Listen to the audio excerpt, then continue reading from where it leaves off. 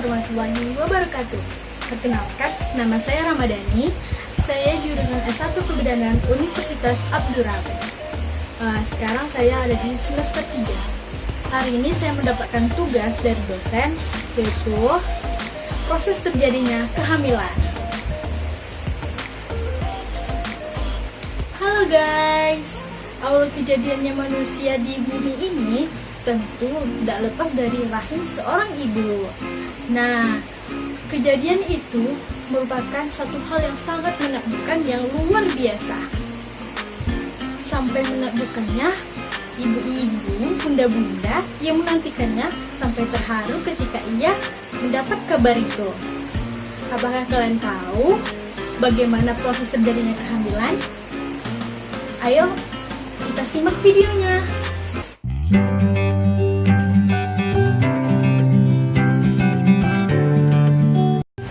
Nah, kita masuk ke tahap 1, sebelum pembuahan. Nah, di sebelum pembuahan ini kita harus ada 2 unsur penting, yaitu adanya sel sperma dan sel telur. Nah, sel telur yang diproduksi oleh seorang wanita setiap bulannya, biasanya wanita akan melepaskan ovarium.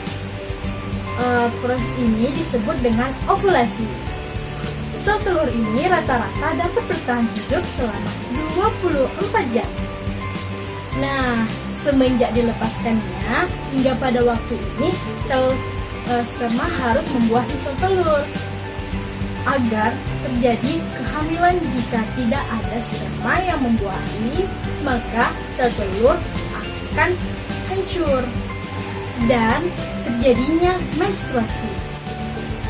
Pria mengalami ejakulasi selama sperma yang dihasilkannya yaitu kurang lebih 40 juta.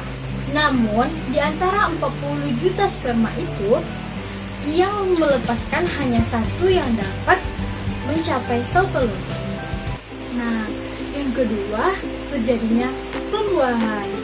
Saat berhubungan antara pria mencapai organisme dan menghasilkan ejakulasi. Ejakulasi ini yang dihasilkannya akan mendorong sel sperma ke dalam vagina menuju leher rahim.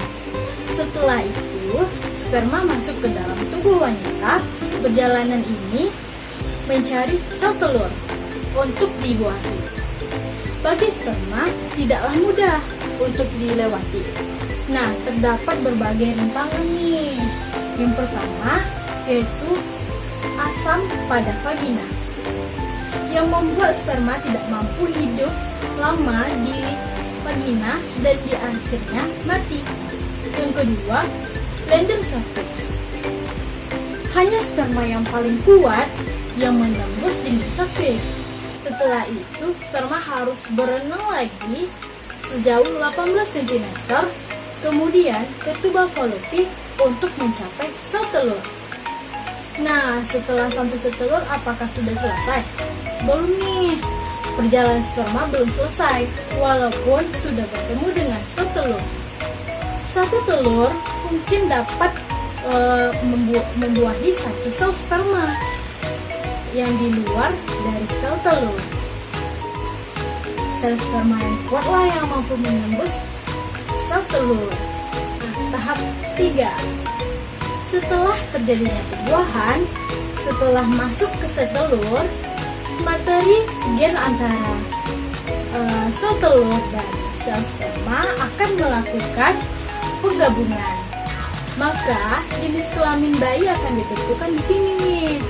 Apa yang dibawa gen oleh sel telur, apakah itu Y atau X? Jika Y itu akan laki-laki, kalau X itu akan bayinya perempuan. Nah, sel-sel baru yang sekitar 100 sel akan membentuk lagi nih seperti bundalan yang disebut dengan blatokista. Nah, blatokista ini akan berjalan menuju rahim, dapat memakan waktu 3 hari atau lebih. Setelah itu, blatokista ini akan menempel pada dinding rahim dan kemudian akan berkembang menjadi embrio dan plasenta. Ini akan membutuhkan waktu sekitar beberapa minggu sampai sang ibu menyadari bahwa dia itu hamil dan di prospek itu akan kelihatan positif. Nah, mudah-mudahan apa yang Nani sampaikan dapat dimengerti dan dapat bermanfaat bagi teman-teman semua ya. Sekian dari saya Ramadhani. Wassalamualaikum warahmatullahi wabarakatuh.